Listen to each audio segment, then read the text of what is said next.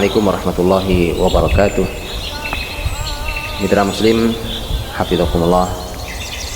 Mudah-mudahan Allah Subhanahu wa taala selalu memberikan pada kita petunjuk jalannya untuk kita bisa mengenal lebih dalam teladan kita Rasulullah Muhammad SAW. Karena dengan itulah jalan kita diterangi dengan petunjuknya. Dengan itulah kita dan keluarga kita mendapatkan cahaya yang menerangi setiap jalan ke depan kita, sehingga kita tidak meraba dalam hidup ini. Pembahasan kita kali ini akan membahas tentang uswatun hasanah.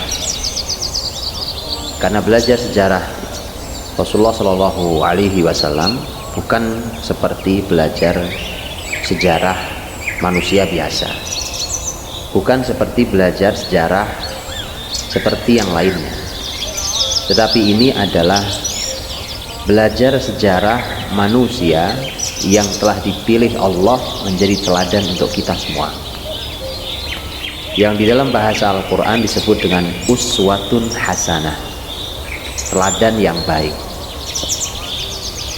Untuk itulah kita perlu tahu di awal tentang kata uswatun hasanah ini, sehingga nanti kita tahu bagaimana kita belajar sirah nabawiyah sampai Nabi SAW menjadi uswatun hasanah. Bukan hanya sebuah kisah masa lalu, bukan hanya sebuah sejarah biasa, bukan hanya sebuah cerita yang ditumpuk di dalam buku-buku sejarah, tetapi memang ini kita pelajari agar kita meneladani kisah-kisah di dalam sejarah Rasulullah SAW. Kalau kita buka Al-Quranul Karim, Al-Quranul Karim menyebutkan kata uswatun hasanah ini. Dan karena dari Quran inilah kita mendapatkan kata uswatun hasanah yang langsung disematkan kepada Rasulullah Muhammad SAW. Tetapi ternyata di dalam Al-Quran tidak hanya ada satu kata uswatun hasanah. Ternyata Al-Quranul Karim menyebutkan 3 kali kata uswatun hasanah. Yang pertama adalah di dalam surat Al-Ahzab ayat 21. Allah Subhanahu wa taala berfirman, A'udzu billahi minasyaitonir rajim. Laqad kana lakum fi Rasulillahi uswatun hasanatun liman kana yarjullaha wal yawmal akhir wa dzakarallaha katsiran. Sungguh untuk kalian pada diri Rasulullah SAW terdapat teladan yang baik bagi siapapun yang mengharapkan Allah dan hari akhir dan berzikir kepada Allah yang banyak. Itu yang pertama. Yang kedua adalah di dalam surat Al-Mumtahanah. Allah Subhanahu wa taala berfirman,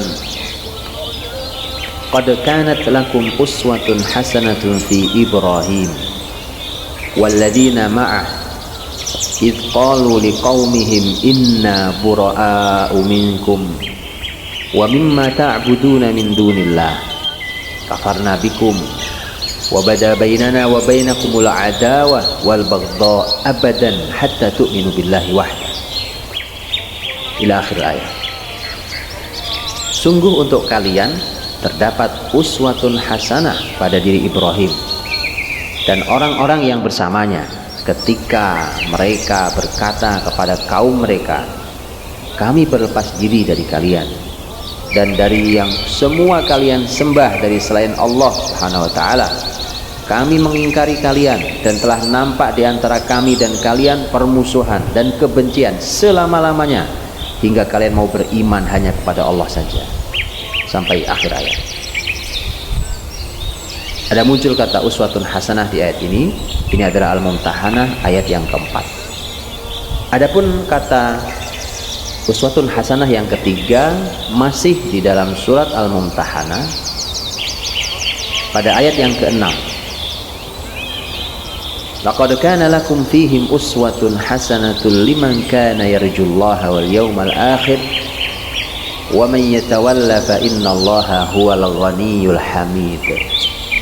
Sungguh untuk kalian pada mereka itu terdapat teladan yang baik uswatun hasanah bagi siapapun yang mengharapkan Allah, hari akhir, dan siapa yang berpaling, sesungguhnya Allah Maha Kaya dan Allah Maha Terpuji. Inilah 3 kata uswatun hasanah, 3 tempat yang menyebutkan uswatun hasanah di dalam Al-Quran Al-Karim. Dari 3 ayat itu ternyata kita hanya menjumpai 2 nama. Yang pertama adalah Rasulullah Muhammad SAW yang disebutkan di dalam surat Al-Ahzab 21 itu. Dan yang kedua adalah nama Nabiullah Ibrahim alaihissalam yang disebutkan di dalam Al-Mumtahanah ayat yang keempat. Adapun Al-Mumtahanah ayat yang ke-6 adalah merupakan kata uswatun hasanah yang lebih menjelaskan tentang ayat yang keempat dan tidak menyebut nama yang baru. Artinya ayat yang ke-6 menjelaskan tentang Ibrahim dan kaumnya. Untuk itulah kemudian tentang uswatun hasanah mengerucut pada 2 nama, yaitu Nabiullah Ibrahim alaihissalam, Abul Anbiya, Khalilur Rahman, dan Rasulullah Muhammad sallallahu alaihi wasallam, Imamul Anbiya wal Mursalin. Dari sekian banyak manusia yang Allah ciptakan di muka bumi ini, dari awal hingga akhir, Allah telah memilihkan hanya 2 nama. Inilah puncak semua keteladanan. Inilah uswatun hasanah itu. Inilah keteladanan yang seharusnya kita pelajari kehidupannya untuk menjadi teladan kita. Untuk itulah kemudian PR kita setelah ini adalah kita harus mendalami kehidupan 2 teladan ini. Mana mungkin kita bisa meneladani seseorang sebelum kita mengetahui kehidupan orang tersebut. Kalau Allah Subhanahu wa ta'ala menyampaikan dan memilihkan untuk kita 2 orang ini, maka itu artinya kita diminta untuk mempelajari sejarah hidup keduanya, karena keduanya lah teladan. Karena pada setiap waktu dan lorong yang mereka lalui adalah keteladanan bagi kita. Setiap tingkah laku, setiap akhlak, perbuatan, keputusan, sampai keyakinan, semuanya adalah teladan bagi kita. Maka dari itu setiap nanti kita melewati ayat yang menyebut nama Ibrahim atau menyebut nama Muhammad alaihissalam, sudah seharusnya kita berhenti sejenak untuk tahu apa yang mau disampaikan Allah tentang 2 manusia mulia ini, agar kita segera bisa mengambil keteladanan dari 2 uswatun hasanah yang Allah berikan kepada kita. Kalau Allah Subhanahu wa ta'ala memilihkan kedua manusia mulia ini dan langsung Allah yang memilihkan, maka tentu bukan sembarang pilihan. Karena Rasulullah Muhammad SAW dan Nabiullah Ibrahim adalah manusia pilihan, dan Allah telah memilih manusia pilihan ini dari sekian manusia pilihan yang lain, dan dari sekian banyak manusia dari awal hingga akhir. Kalau kita yang memilih, kita saja sangat berhati-hati dalam memilih, maka bagaimana dengan Allah Subhanahu wa ta'ala yang memilihkan untuk kita? Allah yang Maha tahu dengan kehidupan siapa kita layak untuk bercermin, kepada siapa kita layak untuk bertanya, dan teladan siapa, teladan seperti apa yang layak untuk kita lihat dan kita ikuti. Di dalam Al-Quran Al-Karim, Allah Subhanahu wa ta'ala juga mengingatkan tentang bahayanya keteladanan yang salah. Karena sesungguhnya sebagai fitrah manusia, karena manusia itu hamba, maka manusia secara fitrah sadar bahwa dia punya Tuhan yang menguasai. Manusia tidak pernah berkuasa, tapi manusia dikuasai. Manusia tidak seutuhnya mengatur semua yang, tapi manusia diatur. Ada yang maha mengatur, ada yang maha menguasai, ada yang maha memberi, dan seterusnya. Karena itulah maka manusia sangat tergantung kepada yang lain. Ini bedanya dengan Allah yang Al-Qayyum. Kita ini sebagai manusia tidak bisa terlepas dari kekaguman kita kepada orang lain, yang setelah itu kemudian kita akan mencoba untuk mengikuti karena kita telah terkagum-kagum. Siapapun yang kagum maka dia akan mencoba mengikuti. Kalau dalam bahasa yang terkenal yang dimiliki oleh Ibnu Khaldun adalah siapapun bangsa yang kalah akan mengikuti yang menang, karena biasanya mereka akan terkagum-kagum dengan kebesaran mereka yang bisa menaklukkannya. Dan itulah fitrah manusia, bahwa manusia ini siapapun yang terkagum-kagum maka dia akan mencoba mengikutinya.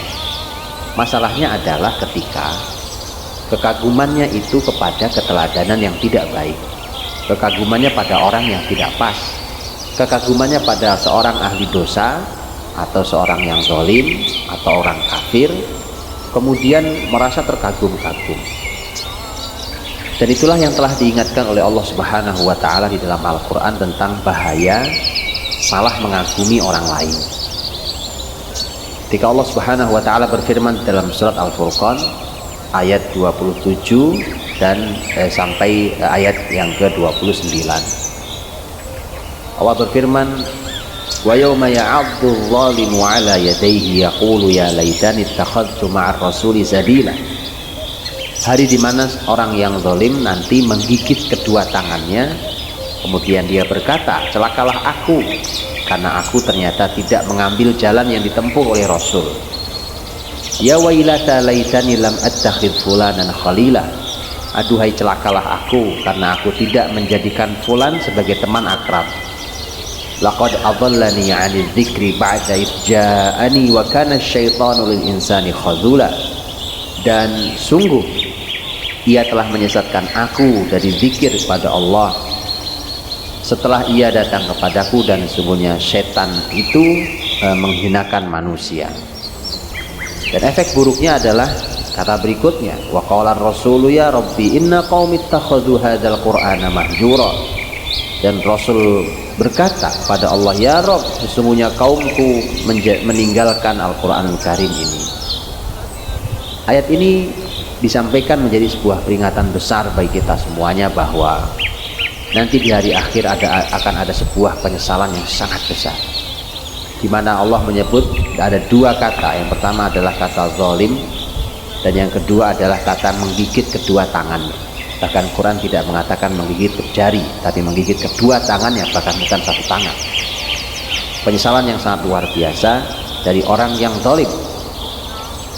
Seseorang bisa menjadi zalim di dunia dan ujungnya adalah menyesal di akhirat ketika dia melakukan dua kesalahan. Kesalahan pertama adalah dia tidak mengikuti jalannya Rasul. Sering berbeda dengan jalannya Rasulullah Muhammad SAW. Dan yang kedua adalah ketika dia salah berteman. Dia tahu sebenarnya seharusnya akrab dengan siapa, karena dia tahu siapa yang baik, tetapi di dunia dia memilih orang yang salah. Dua hal inilah yang menyebabkan nanti dia akan menyesal, yang membuat dia dulu di dunianya menjadi orang zalim, kemudian tersesat dari jalan Allah Subhanahu wa taala, berpaling dari zikir kepada Allah, dan ujungnya adalah meninggalkan Al-Qur'anul Karim. Tentu semua ini akan menghasilkan penyesalan-penyesalan yang sangat besar di hari akhir, yang penyesalan yang tidak mungkin kembali. Maka ayat ini mengingatkan kepada kita, berhati-hatilah mengagumi seseorang. Kalau kita dipilihkan oleh Allah untuk mengagumi Rasul dan mengikutinya, maka mari kita ikuti, kita kagumi, kita pelajari sebelumnya. Dan demikian juga Kita berteman akrab dengan siapa? Karena biasanya kita akan semisal mirip dengan siapa kita akrab. Disinilah kita diminta untuk sangat berhati-hati memilih teman, sangat berhati-hati mengagumi teman, mengagumi seseorang, dan kita diminta untuk mengikuti jalan uswatun hasanah kita, yaitu Rasulullah Muhammad SAW. Al-Quranul Karim juga mengingatkan kepada kita agar kita juga tidak terbiasa kagum pada orang kafir. Lihatlah bagaimana Allah SWT menyampaikan dalam surat Ali Imran ayat 196. Allah berfirman, la yaghurrannaka taqallubul ladina kafaru fil bilad mata'un qalil thumma ma'wahum jahannam wa bi'sal mihad. Ayat 196 dan 197. Jangan kalian tertipu oleh berbolak-baliknya orang kafir di negeri-negeri. Itu hanya kesenangan yang sedikit, kemudian tempat kembali mereka adalah jahanam, dan itu sebaik-baik, itu adalah seburuk-buruk tempat kembali. Kesenangan yang sedikit, mata'un qalil, kemudian tempat kembali mereka adalah jahanam, dan itu adalah seburuk-buruk tempat kembali. Allah sudah ingatkan agar kita tidak usah terkagum-kagum, tertipu oleh berbolak-baliknya aktivitas segala macam yang kita lihat dari orang-orang kafir di berbagai negeri. Ayat ini sangat terasa di saat muslimin dalam posisi kalah seperti kita hari ini. Karena biasanya yang kalah akan terkagum-kagum pada yang menang. Dengan semua yang dilakukan oleh orang-orang kafir di muka bumi hari ini, mudah sekali kita terkagum-kagum dengan konsep mereka, dengan teori mereka, dengan penemuan mereka. Berhati-hatilah, Allah sudah ingatkan, jangan sampai kalian tertipu oleh semua tingkah pola orang-orang kafir di negeri-negeri. Karena kadang-kadang mengagumkan sekali. Allah sampaikan dalam surat Ibrahim ayat 46. Wa qad makaru makrahum wa indallahi makruhum wa in kana makruhum litazula minhul jibal. Mereka membuat makar, dan makar mereka semua dicatat sisi Allah Subhanahu wa taala. Walaupun makar mereka sampai bisa menghilangkan gunung. Dalam salah satu tafsirnya adalah makar mereka mampu menghilangkan gunung. Coba bayangkan, kalau sebuah gunung besar yang kita lihat, dengan cara apa gunung bisa lenyap? Itu memerlukan teknologi, memerlukan kekuatan yang tidak sederhana, dan seterusnya. Makar sebesar itu seringkali membuat kita terkagum-kagum. Resiko dari terkagum-kagum adalah kita akan meniru. Nah, kalau yang ditiru adalah ilmunya, kebaikannya, tentu tidak masalah. Tadi ketika yang ditiru adalah semua sampai budaya rusaknya, itulah yang terjadi hari ini. Maka ini kesimpulannya adalah bahwa ketika manusia memerlukan seseorang yang dikagumi dan diteladani, dan kemudian begitu bahayanya ketika kita salah meneladani, bahkan nanti menimbulkan penyesalan yang sangat besar di hari kiamat nanti gara-gara kita salah mengagumi orang. Maka Allah telah memilihkan untuk kita dua uswatun hasanah. Ini adalah puncak dari keseluruhan keteladanan, yaitu Rasulullah Muhammad SAW dan Nabiullah Ibrahim alaihissalam. Maka mari mulai kita ganti kekaguman kita kepada seseorang, mari kita mulai mengagumi Rasulullah SAW. Kekaguman anak-anak kita pada seseorang, mari mulai kita ganti dengan kekaguman mereka pada Rasulullah SAW. Tentu itu semua tidak berganti selama kita belum pernah mengisi ruang-ruang kosong dalam kepala dan hati mereka dengan sirah nabawiyah. Untuk itulah mengapa kita belajar terus sirah nabawiyah, agar kita bisa mengisi kepala kita, otak kita, hati kita dengan sejarah Rasulullah SAW dan sejarah orang-orang mulia, agar kekaguman kita berpindah dari orang yang tidak jelas kepada orang mulia yang telah dipilihkan Allah untuk kita. Fa'tabiru ya ulil absar, maka ambillah pelajarannya wahai orang-orang yang mau berpikir. Assalamualaikum warahmatullahi wabarakatuh.